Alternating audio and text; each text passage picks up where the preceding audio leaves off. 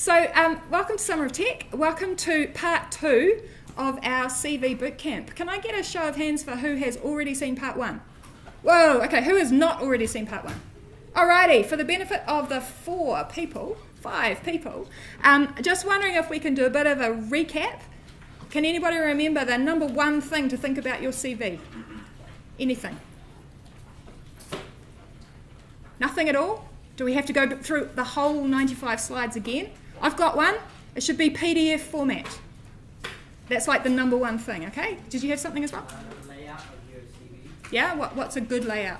So like you've got obvious like titles and then you do text and stuff. So titles, headings, text. So layout was important? Clear so they can see. Awesome. Clear, yes. Most of the time they don't give crap about your grades. Okay, so I will repeat that for the audience. Most of the time they don't give a crap about your grades. This is sad but true. Do not tell your lecturers this. Grades are very important. Please graduate. Employers, for the most part, are looking for experience and what you can do for them. Cool. Anything else about CVs? 1 to 2 pages. Brilliant. Awesome. They lose interest very quickly, so kind of grab attention. Yeah, so they lose interest really quickly. Do you remember how long? 6 seconds. Oh my gosh, which comes back to the point about the format. Yeah. It's your ticket to an interview? It's your ticket to an interview. Awesome. So the purpose of the CV is to get you an interview. Nice. Alrighty. It might be sitting on the stairs. Sorry about that. So I've got this awesome slide, which is giving me a headache, which is why I didn't have it hanging up there. So this is part 2. We're taking everything that John drilled into you about CVs and we're going to put it into practice today. So warning, participation coming up. Be ready. We're going to write a CV today for somebody that we've all heard of. The challenge is that I don't watch TV and I don't go to movies. So it's going to have to be someone that I've heard of. Sorry about that. So we're all going to write a CV for somebody that we all know. And we're going to put into practice the format and the skills kind of thing that John was talking about last time. It'll be fun. Before we get there, we've got a bit of a smackdown. So this is brutal, and in the past we had a whole lot of red pen and a whole lot of real student CVs, but we've deleted them out of the presentation this time. We're not here to name and shame. We are here to give you guys feedback. The students who've gone through the program before have made some mistakes that you can all learn from. So, smack them down. Before we get there, this is what we've all just said. I think we covered everything. The format's important. Put the important stuff first. 1 to 2 pages for a CV. PDF. Why is PDF important? Because they're probably going to print it out, and if it's not formatted for print, it's going to look really shitty, and if it looks shitty, you go in the bin, you don't get an interview. Honestly, a number of CVs that go in the bin because of a spelling mistake, because of a formatting issue, they're looking for a reason to say no. So yeah, PDF, really important. Your resume is going to contain really clearly your goals and aspirations about who you are. We're suggesting about 5 core skills or attributes that you've got. Education, yeah, the grades, summarised at the back. If they care, they'll go to the back. Just a bit of a point about the grades. I've been, for the last couple of weeks, talking to employers, talking to a lot of them, selling you as the interns for the summer. A couple of things have come up. If you've got grades or qualifications from a non-New Zealand institution, like if you've got something that needs translation into New Zealandish, do it. Like turn it into a GPA. If you've got a degree from an international university or from a course that's not the same as most New Zealand universities, translate it so it's really, really easy for the employers to know exactly what it means. Education summary is important. Chuck it at the back, concise. We're suggesting a 1-page technical skills summary if you're a technical person going for a technical, like a developer role. That's really important when they're scanning down for particular programming languages or particular experience. And then if you really want to go through your qualifications and grades, you can do that actual detailed part at the back, because some of the employers are looking for a 99.9% grade in calculus or something. Yo. So because there's like skills isn't like what you're good at, like fast and stuff, and then there's actual technical skills, which one do you think is better to order first? Whatever you're comfortable with. We don't. So the question was, what do we put first? Is it the skills or is it the technical stuff, right?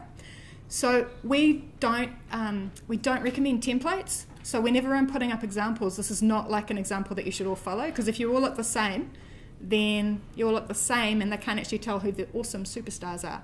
So usually we'd say your skills, because your skills and competencies are transferable across different roles, and those would generally go first. And then your technical would come second, and usually the way that we're suggesting is a one-page technical skills summary second. Cool. That was the summary. Oh, there's more summary. This is what the employer's looking for. They're not looking at your grades first. They really want to know who you are, what you want to do, what you can do for them, and why you're interested in them. Now that last one is really hard with Summer of Tech, because we're asking you to have one CV for all of the Summer of Tech internships. So it's very, very difficult to customise it. In the real world, when you're applying for those permanent roles, for those long-term jobs, you will be customising your CV for every single application. You'll be doing your homework about what that employer is looking for. If you're responding to a job ad, you'll be pretty much keyword matching everything they've put in that ad. If you remember back to the robots that John talked about, the ones who were screening the CVs before they even made human. For Summer of Tech, that's where those transferable skills will come first, and then any technical skills which can be applied to a bunch of different roles. But you really need to think about showcasing who you are, why you're different from all these other fellas and fellasses, and what you want to do with your internship and then with your technical career beyond that. You should have changed this to the, who were they? Kills and what's it? See, I don't watch TV and I've even heard about those judges. So this is the smackdown bit. It is pretty ugly. So we looked at 100 CVs and most of them were pretty ugly. We're going to give a grade shortly. Going to talk about that and talk about what you can learn from it and how you can kind of evolve your CV based on everyone who's gone before. We are then going to go through the pirate technique, or does anyone remember what it stands for? Objectives, analysis, actions, results. You read your notes. Objectives, analysis, actions and results. Good job for taking notes. So we're going to go through that together, and we're going to, as I said, we're going to build up a CV together for a guest character. So this is the smackdown part. 100 resumes. Better than we thought. Gramming and speller was okay. That is not acceptable. A lot of the people who are reading these CVs are grammar Nazis, like serious grammar Nazis. Like I said, they're looking for a reason to say no, and it's only the really exceptional candidates that are going to stay in the yes pile. So if you are not a grammar Nazi yourself, find one. Find someone to proofread. If English is not your first language, find someone to proofread. People will help. The career hub here at university or at your school. Parents, aunts, uncles, next door neighbours. There's a lot of people who are really keen to help you out. So just make sure that something as stupid as a spelling mistake is not going to lose you the opportunity for this job. The thing that was missing from all these student CVs were the answers to those questions. Who are you? What are you good at? And what can you do for me? So that's the challenge to you, to make sure that you are really selling yourself in your CV. So here's the grading. He gave an 82% on grammar. I would have gone a bit lower, but I do have a degree in English literature, which is why I'm here talking to you about technical roles. You never can tell where you'll end up. So this is kind of the goal for us today, is to move a whole bunch more from the bad and okay into the excellent, because we really want you to get those interviews, because we know that when the employers are interviewing you, they will be impressed. They'll be impressed with your stunning personality, your attitude, your willingness to learn and work for them this summer. So we really want you to get across that line. This is where the things were less than awesome. So this is explaining who you are, what you're good at, what you can do for the company, and the sort of the depth. And as well as depth, I'm going to say the differentiators. We say this a bit, and again, sorry to the lecturers, your degree makes you the same as everybody else who's got a degree. Your CV is going to showcase why you're different, what your interests are, what your passions are. So that's what, it's tough, right? We only gave you 2 pages. But this is what we're challenging you to show off in your CV. Pretty good on the career history, bit missing on the technical. Referees, we are more than encouraging this year. I'm almost going to make them compulsory. Really encouraging, I'm not going to make them compulsory. Really going to encourage them for your Summer of Tech profile. A number of the employers will not make an offer if there's no referee. They need to do reference checks. So think about that and think about including them in your CV and in your Summer of Tech profile. Haha. Don't know what the bonus points were. John isn't here, but did you follow our instructions? So everyone who came to a boot camp, did you actually do it? 2 pages in PDF? Yes! Please keep this up. Any bonus points for originality? Another 21% of you scored on that. Not you, your predecessors. So that's all good. So we're going to do some pirate training, the ORs. Going to start with something that I hope that you all know-ish. What I'm hoping to do is pick a course. It could be a 100 level course, an Stats 101, I don't know. Pick something that most of you have done. Any ideas? Math 161. Math 161? What kind of stuff does that cover for people who don't go to Vic? Just like math, so like Boolean logic. Boolean logic. Algebra, graph theory. Algebra, graph theory. Most of us comfortable in this conversation? Yes? No? Nodding? Getting some? Okay, we'll just go with it. Okay. So thinking about a Math 101 course that you may or may not have done in your past life, what we're trying to do here is find out what were the objectives. So put your channel, the lecturer, the tutor, the person who wrote this bloody course, right? It might have been the bane of your life in first year, but somebody had an objective here. What were they trying to do? Teach what? Sorry? Teach everything in the curriculum. Okay, work with me here. Math 101, Boolean logic. Boolean logic. Did I pronounce it right? Okay, so what was the point of that? What was the objective? Teaching Boolean logic. Right. Thank you. To teach you Boolean logic. Why? Problem solving. Problem solving. Now we're talking. So problem solving. Anything else? Circuit design. Circuit design. Circuit design. Cool. Problem solving, circuit design. Okay, we'll start with those. Those were the objectives. So Math 161, whatever it was called, to learn problem solving and circuit design. Why? Why is this useful? Why were they trying to teach it to you? Required for a degree. Okay, required for my degree. Try again.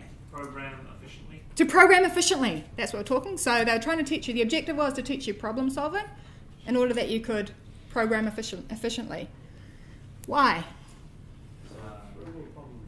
Okay, we're going around in circles. To solve real world problems. Okay. Such as like graphing roads. Like graphing roads. Okay. All right. So we have an objective. What was the second A? Action. No. Analysis. Is it analysis? You're my note taker. The objective, the analysis. So why? To solve real world problems like graphing roads. How did they do this? How did you approach this problem? Did they throw lots of examples at you? Did they make you learn a formula? What was that? A whole bunch of assignments. A whole bunch of assignments. Excellent. Okay, so practical examples that you could work in the real world, I'm hoping. Tests. I'm hearing tests.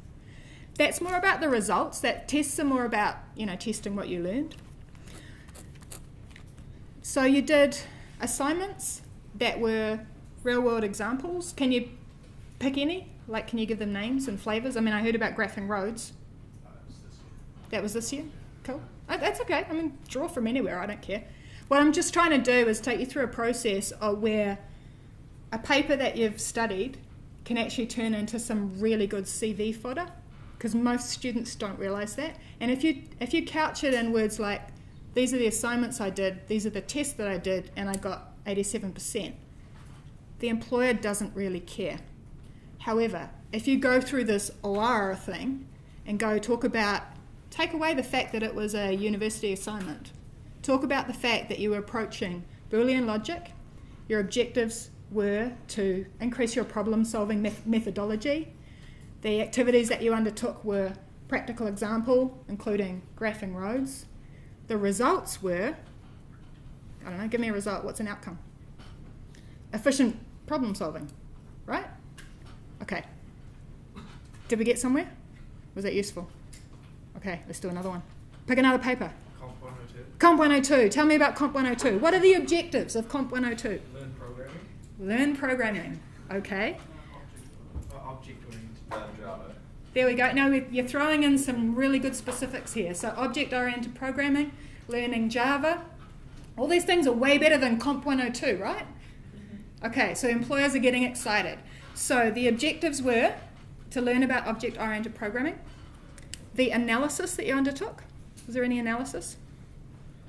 Think about the assignments that you did. Think about the problems that you were given. So become more fluent in Java? Great. Yep. So improve to become more fluent, to apply it to real-world examples, to build some stuff, Yeah. to test some stuff. Yeah. I mean, ignore stuff, but you see what I'm getting at? It's the real concrete examples that they can translate. So how did you do it? Were they group assignments? No, it's all solo stuff. So you cut a bunch of code. Yep, cool. And so just any more fleshing out you can do in terms of how you applied the analysis, how you got to the results, any of the how. So by solving problems that were posed in assignments, like having to create a program that does a certain thing or create a game. Great. Solving those problems using the knowledge that you've learned. Awesome. What she said. So solving problems to create a game, applying the knowledge that you'd learnt, and the results were? That you created a cool game. Hey, so that you created a cool game. That's awesome. Your knowledge. Yeah, absolutely. So as we're breaking that down, we're turning something that was it Comp 102? Right, so a first year computer science paper has now become a skill that you can break down. You've actually got some technical skills in there as well, and you've translated it into the language that the employer is really excited about. Okay, hot tip, bonus points. If you can demo that game in an interview or when you meet a company, or if you anything that you can show, if you have a GitHub account where you have put some of your code, you've actually got evidence that you did this, you're getting massive bonus points. You are leaping to the top of the pile. Sound cool? Do we want to do one more, or are we going to build an actual CV? Is there anyone who isn't studying Comp 10 What's It or Maths? Is there any designers in the room? Cool. I'm doing info. Info. Can you give me an example of an info paper or assignment? Yeah. Okay. So tell me about that. What were the objectives of that paper? So this is Info 101. Learning basic, I don't even know, was it computer, not programs, but I don't really know, I don't remember much. So probably don't put that one in the CV. Yeah. Any other info papers that are really exciting? Is it information architecture? Is it analysis? 231's IT project management. Great. IT project management. This will be awesome, even for you coders who don't want to manage anything other than code. Seriously. So IT project management, what were the objectives? Learning basically the functions of a project, how a manager would schedule it, plan it, breaking each part down. Cool. Awesome. So why did they want you to learn that? So when you do get into a management position, you know how to use the software to do it, you know what's required and how the systems work, how to manage the team. Cool. Awesome. So there's a whole lot in there. In fact, I would potentially break that out, and because there's team management, there's software knowledge. So you actually got fodder. Sorry, it's going to only have to be 2 pages, but you've actually got some skills there and some real life examples. So if you keep going through so that was the analysis, the actions. So how you approached it. Yeah, creating work breakdown structures and organising a project pretty much. Cool. So organising the project, creating the structure, just going through that thing. And what were the results? You developed a plan, a physical plan for a project that you would be able to follow and apply in a situation. Cool. And did you actually then take it to the next level and get it implemented? No, but that's okay. You got your plan, right? The plan was the result. So there's a whole bunch of stuff in there that is actually, you've translated it from, a class into a real world competency and skill. Cool? Yeah.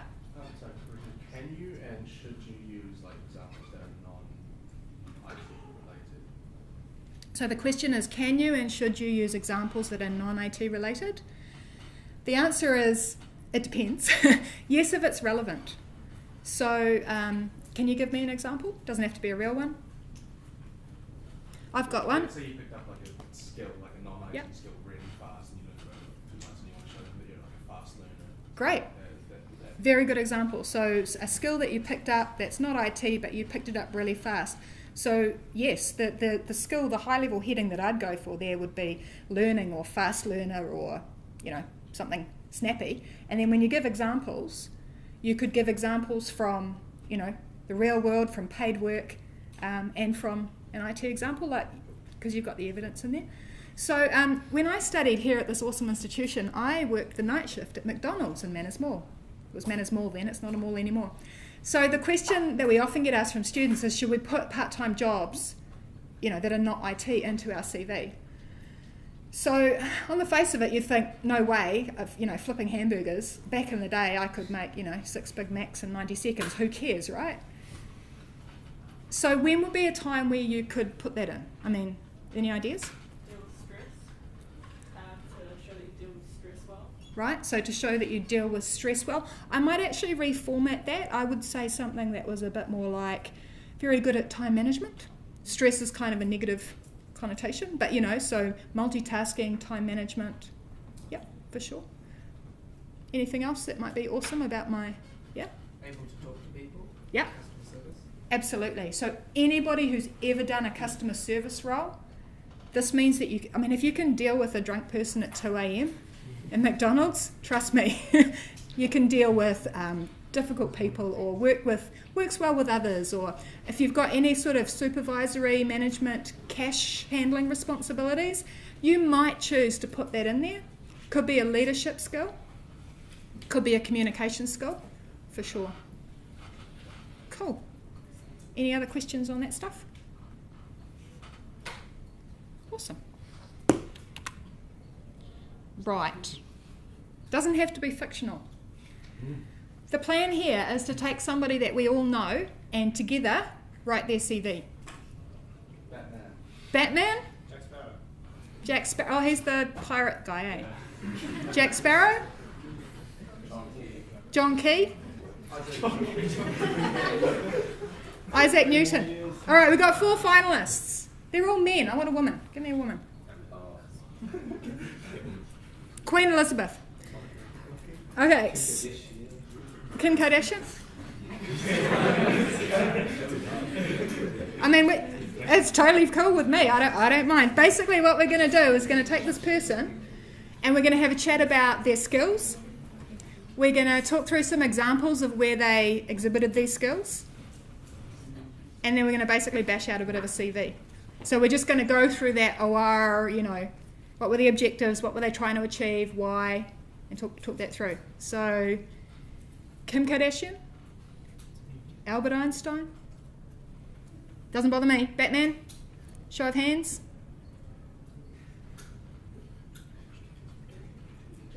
John Key. All right, John Key has actually got 4 votes. We better let him know. We'll tweet him, eh? So nobody else had any hands up for anyone else, so we're all right to go with John Key? Okay, we'll do a proper vote, and then we have to move on. So John Key. 1, 2, 3, 4, 5. Okay. 6, 7. 7 for John. Kim K. 1. Whoa. 1, 2, 3, 4, 5, 6, 7, 8. John would be stoked to know that he's equal runnings. Jack Sparrow. Oh, man, it's so even. Actually, we've got quite a few more for Jack Sparrow. Who's the other one? Batman. Jack's in the lead. Batman? Okay, it's Jack Sparrow. Woohoo! Okay, so we're going to break it down. So we're going to think about what we were talking about before in terms of those, that comp 10 what's it and your info and your IT project management. So thinking about Jack, give me a skill that Jack has. Sword fighting. Excellent. So, can you tell me what he was trying to achieve with his sword fighting skill? Not dying. What was that? Not dying. Excellent. Anything else? Killing pirates. Killing pirates, not dying. This is cool. Awesome. Getting the treasure. Was he saving the girl? Is a bit of that going on? No, okay, sorry. Selfish reasons. So achieving his personal goals through sword fighting. Excellent. So we're pretty clear on his objectives. So who's he selling himself to? Is he selling himself to the king of the pirates? Or, I mean, like, does he have a boss, like, in terms of the position he's applying for? It's pretty much mutiny, eh? Captain of the ship. Captain of the ship, all right. So that's who he's trying to impress through his sword fighting. Cool. So what behaviours did he show in his sword fighting skills? Apart from selfishness and swashbuckling. Perseverance. These are all awesome. If you can think of examples that apply to your life and IT jobs that to do with perseverance, leadership, technical expertise, like has he got a bit of, I don't know, thinking of fencing moves? Critical thinking? Please form a sentence around that. Like the ability to just come up, like make use of the environment around him. Awesome. Yeah, so critical thinking, the ability to make use of the environment around him, so resourcefulness, adapting to the environment. Jack gets the job, eh? So have we talked enough about so what he was trying to achieve, why he was good at it? Have we covered that off? Given some examples? Yep, cool. We talked about how he did it, and what were the results? Give us some results. Give us some real kind of... He didn't die. Ultimate. Winning. Anything else that Jack achieved? Did he get the treasure? Not quite, but please, let's just bluff our way through. He didn't quite get the treasure, but... He got a ship. He got a ship. Awesome. So he achieved the ship through exhibiting his perseverance and resourcefulness and swordmanship skillfulness, and scored the ship and lived happily ever after. Awesome. Give me another skill. So that was his sword fighting ability. Yeah. He was actually a people's man. Aha. He had a lot of lady friends, and he got a lot of help from Calypso. Excellent. So do we all get that? So Jack was a people's man. He had a lot of lady friends, and he got a lot of help from Calypso. Yeah. Yep. Okay. So that's his. What were his objectives around his people skills? What was he trying to achieve? I think he was just using them for like benefits. Okay. So the answer was he's using them for his own benefit. Okay, bugger, doesn't go in the CV. How can we reframe that? Using them to achieve his goals. Using him to achieve his goals. I like it. I heard networking. Networking's a great one. Management, yeah. Management, leadership, influence, getting other people to achieve his... What was that one? Delegation. That's a great one. Yeah. Be aware... bring it back to you. Be aware that a lot of the employers are looking for interns to work their way up in the organisation and often start at the bottom. So you can totally talk about management, leadership, people skills and ability to delegate, but if you come across too strong in an interview on this, they might not think that you can follow instructions. So we're looking at a bit of a balance here. So you're channeling Jack Sparrow, but you're doing it in a really diplomatic way to ensure that you get the job and work your way up to first mate. If that works. So can you give me any more examples of how he used his people skills to win the ladies or whatever he was trying to win? Excellent communication. Yeah, so excellent communication. That was verbal. They didn't have email back then, but so yeah, excellent communication. Cool. Tricks people into like basically getting a ship back for him. So there's a bit of trickery going on in terms of getting. Maybe that would be like the power of influence and persuasion to win his ship back. Yeah? Cool.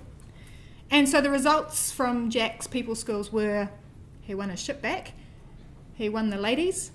Anything else that you could sort of tangibly say were a direct result from his people skills? Slew his enemies. He slew his enemies. Beautiful. Talk his way out of dying. He didn't die! Awesome. So he talked his way out of this sticky situation. So we've talked about his skills. That's really valuable. I mean, we can do another one if you want, but I think we've kind of done Jack on the skills side.